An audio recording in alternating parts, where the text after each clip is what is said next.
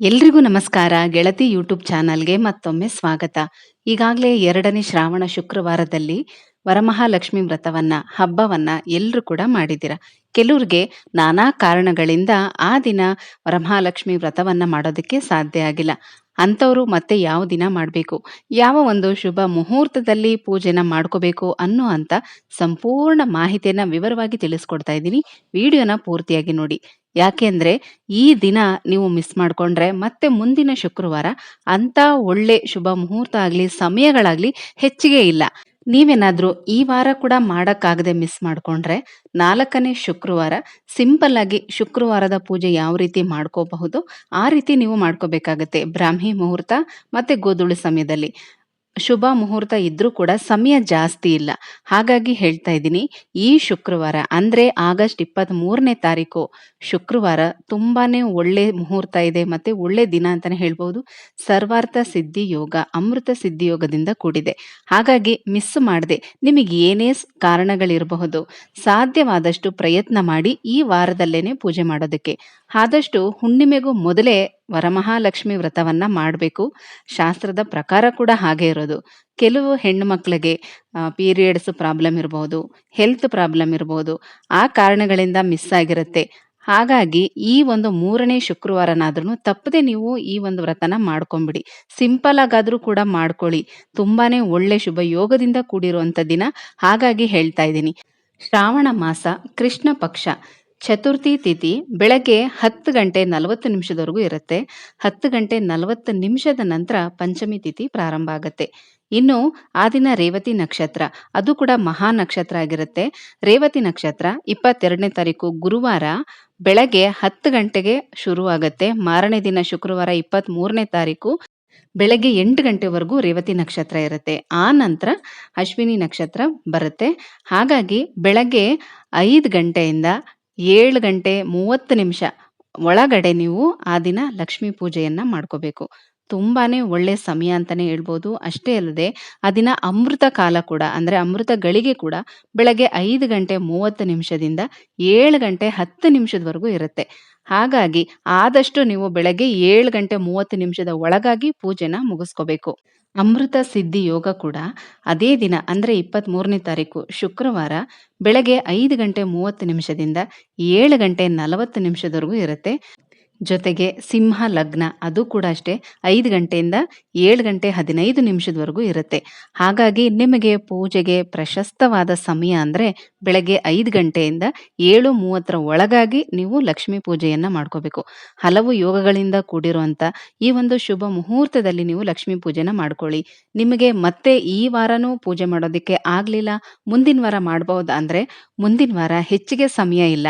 ಹಾಗಾಗಿ ನೀವು ಬೆಳಗ್ಗೆ ಬ್ರಾಹ್ಮಿ ಮುಹೂರ್ತ ಅಂದ್ರೆ ಬೆಳಗ್ಗೆ 4 ಗಂಟೆಯಿಂದ 8 ಗಂಟೆ ಒಳಗಡೆ, ಮತ್ತೆ ಸಂಜೆ ಗೋಧೂಳಿ ಸಮಯ 5:30ಯಿಂದ 7 ಗಂಟೆವರೆಗೂ ನೀವು ಪೂಜೆನ ಮಾಡ್ಕೋಬೇಕಾಗತ್ತೆ.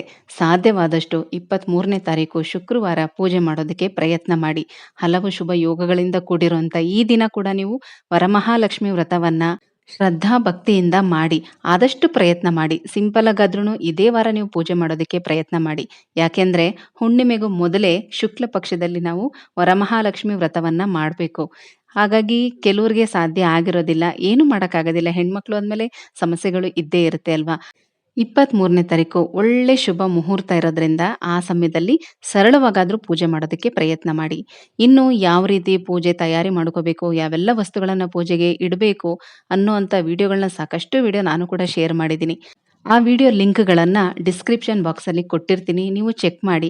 ಹಂತ ಹಂತವಾಗಿ ಪ್ರತಿಯೊಂದನ್ನು ಕೂಡ ಹಬ್ಬಕ್ಕೂ ಮೊದಲೇ ನಾವು ಯಾವೆಲ್ಲ ವಸ್ತುಗಳನ್ನ ತಂದಿಟ್ಕೋಬೇಕು, ಹಬ್ಬದ ಇಂದಿನ ರಾತ್ರಿ ನಾವು ಸಾಮಗ್ರಿಗಳನ್ನೆಲ್ಲ ಜೋಡಿಸ್ಕೊಂಡ್ರೆ ಬೆಳಗ್ಗೆ ಬೇಗ ನಮಗೆ ಪೂಜೆ ಆಗತ್ತೆ ಅನ್ನುವಂಥ ಸಂಪೂರ್ಣ ಮಾಹಿತಿ, ಮತ್ತೆ ಹಬ್ಬದ ದಿನ ಯಾವ ರೀತಿ ಪೂಜೆ ಮಾಡಬೇಕು, ಹಂತ ಹಂತವಾಗಿ ಮಂತ್ರ ಸಹಿತವಾಗಿ, ವ್ರತದ ಬುಕ್ ಇಲ್ಲದೆ ಇರೋರು ಕೂಡ ಮಂತ್ರ ಸಹಿತವಾಗಿ, ಸಂಕಲ್ಪ ಸಹಿತವಾಗಿ ಯಾವ ರೀತಿ ನಾವು ಪೂಜೆ ಮಾಡ್ಕೋಬೇಕು ಅನ್ನುವಂಥ ವಿಡಿಯೋ ಆಗಿರಬಹುದು. ವ್ರತದ ದಾರದ ಬಗ್ಗೆ ಕೇಳಿದ್ರಿ, ಅದ್ರ ಬಗ್ಗೆ ಕೂಡ ವಿಡಿಯೋ ಶೇರ್ ಮಾಡಿದ್ದೀನಿ. ಮತ್ತೆ ಹಬ್ಬ ಮುಗಿದ ನಂತರ ವಿಸರ್ಜನೆ ಯಾವ ರೀತಿ ಮಾಡಬೇಕು, ಕಳಸ ಯಾವ ರೀತಿ ಕದಲಿಸ್ಬೇಕು, ವಿಸರ್ಜನೆ ಮಾಡಿ ಆದ ನಂತರ ಆ ವಸ್ತುಗಳನ್ನೆಲ್ಲ ನಾವು ಯಾವ ರೀತಿ ಎತ್ತಿಟ್ಕೋಬೇಕು, ಯಾವುದನ್ನ ದೇವಸ್ಥಾನಕ್ಕೆ ಕೊಡಬೇಕು, ಯಾವುದನ್ನ ನಾವು ಉಪಯೋಗಿಸ್ಬೇಕು, ಹೀಗೆ ಪ್ರತಿಯೊಂದನ್ನು ಕೂಡ ಪ್ರಾರಂಭದಿಂದ ಕೊನೆವರೆಗೂ ಪ್ರತಿಯೊಂದನ್ನು ಕೂಡ ವಿವರವಾಗಿ ತಿಳಿಸ್ಕೊಟ್ಟಿದ್ದೀನಿ. ಆ ಎಲ್ಲ ವಿಡಿಯೋಗಳ ಲಿಂಕನ್ನು ಡಿಸ್ಕ್ರಿಪ್ಷನ್ ಬಾಕ್ಸಲ್ಲಿ ಕೊಟ್ಟಿರ್ತೀನಿ. ನೀವು ಆರಾಮಾಗಿ ಫ್ರೀಯಾಗಿದ್ದಾಗ ಅದನ್ನೆಲ್ಲ ಕೂಡ ನೋಡಿಕೊಂಡು ತಿಳ್ಕೊಂಡು ನೀವು ಈ ಒಂದು ವರಮಹಾಲಕ್ಷ್ಮಿ ವ್ರತವನ್ನ ಮಾಡಬಹುದು. ಹಾಗೇನೆ ವ್ರತದ ಕತೆ ಕೂಡ ನಿಮ್ಗೇನಾದ್ರೂ ವರಮಹಾಲಕ್ಷ್ಮಿ ವ್ರತದ ಬುಕ್ಕು ಸಿಗ್ಲಿಲ್ಲ ಅಂದ್ರೆ ವ್ರತದ ಕಥೆಯನ್ನ ಪೂಜೆ ಮುಗಿದ ನಂತರ ಓದಲೇಬೇಕು. ಆ ಒಂದು ಕಥೆಯ ವಿಡಿಯೋ ಕೂಡ ನಾನು ಶೇರ್ ಮಾಡಿದ್ದೀನಿ. ನೀವು ಪೂಜೆ ಎಲ್ಲ ಮುಗಿದ್ಮೇಲೆ ಕೈಯಲ್ಲಿ ಅಕ್ಷತೆ ಇಟ್ಕೊಂಡು ಆ ಕಥೆನೂ ಕೂಡ ಕೇಳಬಹುದು. ಸಂಪೂರ್ಣ ಒಂದು ಪೂಜೆ ಮಾಹಿತಿ ಇರುವಂತ ಎಲ್ಲಾ ವಿಡಿಯೋಗಳ ಲಿಂಕನ್ನ ಡಿಸ್ಕ್ರಿಪ್ಷನ್ ಬಾಕ್ಸಲ್ಲಿ ಕೊಟ್ಟಿರ್ತೀನಿ. ನೀವು ಅದನ್ನ ಚೆಕ್ ಮಾಡಿ ನೋಡ್ಕೊಳ್ಳಿ. ಮತ್ತೆ ನಾನು ಈಗ ತಿಳಿಸಿದಂಥ ಪೂಜಾ ಸಮಯ ಕೂಡ ಡಿಸ್ಕ್ರಿಪ್ಷನ್ ಬಾಕ್ಸಲ್ಲಿ ಕೊಟ್ಟಿರ್ತೀನಿ. ನೀವು ಅದನ್ನ ನೋಡ್ಕೊಂಡು ಆ ಒಂದು ಸಮಯದ ಒಳಗಡೆನೆ ಪೂಜೆ ಮಾಡ್ಕೊಳ್ಳಿ. ಈ ಒಂದು ಹಬ್ಬಕ್ಕೆ ಅಂತೇಳಿ ಎಷ್ಟೋ ತಿಂಗಳುಗಳಿಂದ, ಎಷ್ಟೋ ದಿನಗಳಿಂದ ಪ್ರಿಪರೇಷನ್ ಅನ್ನ ಶುರು ಮಾಡಿರ್ತೀವಿ. ಆದ್ರೆ ಕೊನೆ ಹಂತದಲ್ಲಿ ನಮಗೆ ಸಿಗುವಂತ ಈ 1 ಗಂಟೆಗಳ ಕಾಲ ಶುಭ ಮುಹೂರ್ತ ಏನ್ ಸಿಗುತ್ತೆ, ಅದು ತುಂಬಾ ಮುಖ್ಯ. ಆ ಸಮಯದಲ್ಲಿ ನಾವು ಪೂಜೆ ಮಾಡೋದ್ರಿಂದ ನಮ್ಮ ಪೂಜೆಗೆ ತಕ್ಕಂತ ಪ್ರತಿಫಲ ಖಂಡಿತವಾಗ್ಲೂ ಸಿಗುತ್ತೆ. ಹಾಗಾಗಿ ಹೇಳ್ತಾ ಇದ್ದೀನಿ, ಕಳಸದ ಅಲಂಕಾರ ಆಗಿರಬಹುದು ಅಥವಾ ತುಂಬಾ ಗ್ರ್ಯಾಂಡ್ ಆಗಿ ಡೆಕೋರೇಷನ್ ಮಾಡಬೇಕು ಅಂತೆಲ್ಲ ನೀವು ಸಮಯನ ಕಳಿಯಕ್ ಹೋಗ್ಬೇಡಿ. ಸಿಂಪಲ್ ಆಗೇನೆ ಅಲಂಕಾರ ಮಾಡ್ಕೊಳ್ಳಿ. ದೇವ್ರ ಮನೆಯಲ್ಲಿಟ್ಟು ಸಿಂಪಲ್ ಆಗಿ ಪೂಜೆ ಮಾಡ್ಕೊಳ್ಳಿ. ಆದ್ರೆ ಈ ಒಂದು ಶುಭ ಮುಹೂರ್ತದಲ್ಲಿ ಪೂಜೆ ಮಾಡೋದ್ರಿಂದ ನಿಮ್ಮ ಕೋರಿಕೆಗಳಾದಷ್ಟು ಬೇಗ ಈಡೇರುತ್ತೆ. ನೀವು ಮಾಡಿರುವಂತ ಪೂಜೆಗೆ ತಕ್ಕ ಪ್ರತಿಫಲ ಕೂಡ ಸಿಗುತ್ತೆ. ಹಾಗಾಗಿನೇ ಶುಭ ಮುಹೂರ್ತಗಳನ್ನ ಕೊಡೋದು. ಯಾವುದೇ ಕೆಲಸ ಆಗಿರ್ಲಿ, ಒಳ್ಳೆ ಸಮಯದಲ್ಲಿ, ಒಳ್ಳೆ ಟೈಮಲ್ಲಿ, ಒಂದು ಒಳ್ಳೆ ಮುಹೂರ್ತದಲ್ಲಿ ಮಾಡುವಂತ ಕೆಲಸ ಖಂಡಿತವಾಗ್ಲೂ ಸಿದ್ಧಿಯಾಗತ್ತೆ. ಅದರಲ್ಲೂ ಕೂಡ ಈ ದಿನ ಅಮೃತ ಸಿದ್ಧಿ ಯೋಗ ಇರೋದ್ರಿಂದ ಈ ಒಂದು ಸಮಯನ ಮಾತ್ರ ಮಿಸ್ ಮಾಡ್ಕೊಳ್ಳೇಬೇಡಿ. ಇನ್ನೇನು 7 ಗಂಟೆ 30 ನಿಮಿಷದೊಳಗಡೆ ಪೂಜೆ ಮಾಡಿ ಅಂದ್ರೆ 7:30ಕ್ಕೆ ದೀಪ ಹಚ್ಬಿಟ್ರೆ ಸಾಕಲ್ವಾ, ಆಮೇಲೆ ಪೂಜೆ ಮುಂದುವರಿಸಬಹುದು ಅಂತ ನೀವು ತಿಳ್ಕೊಬಾರ್ದು. 7 ಗಂಟೆ 30 ನಿಮಿಷದ ಒಳಗಾಗಿ ಪೂಜೆ ಮುಗಿಬೇಕು ಅಂತ ನಾನು ಹೇಳ್ತಾ ಇರೋದು. ನಿಮ್ಮ ಶಕ್ತ್ಯಾನುಸಾರ ದೇವಿಗೂ ಕೂಡ ಚೆನ್ನಾಗಿ ಅಲಂಕಾರ ಮಾಡಿ, ನೀವು ಕೂಡ ಚೆನ್ನಾಗಿ ಅಲಂಕಾರ ಮಾಡಿಕೊಂಡು ಈ ಒಂದು ಸಮಯದಲ್ಲಿ ಬೆಳಗ್ಗೆ 5 ಗಂಟೆಯಿಂದ 7:30 ಒಳಗಾಗಿ ಇರುವಂತ ಒಂದು ಶುಭ ಮುಹೂರ್ತದಲ್ಲಿ ನೀವು ಪೂಜೆನ ಮಾಡ್ಕೊಳ್ಳಿ. ಎಲ್ರಿಗೂ ಕೂಡ ಒಳ್ಳೇದಾಗ್ಲಿ, ನೀವೆಲ್ಲ ಬಯಸಿದ್ದೆಲ್ಲ ಕೂಡ ನಿಮಗೆ ಸಿಗಲಿ ಅಂತ ಹೇಳ್ತಾ ಮುಂದಿನ ವಿಡಿಯೋದಲ್ಲಿ ಮತ್ತೆ ಸಿಗ್ತೀನಿ. ಡಿಸ್ಕ್ರಿಪ್ಷನ್ ಅನ್ನ ಚೆಕ್ ಮಾಡೋದನ್ನ ಮಾತ್ರ ಮರಿಬೇಡಿ. ಮತ್ತಷ್ಟು ಒಳ್ಳೆ ಮಾಹಿತಿ ಜೊತೆಗೆ ಮತ್ತೆ ಸಿಗ್ತೀನಿ. ಹೋಗ್ಬರ್ಲಾ?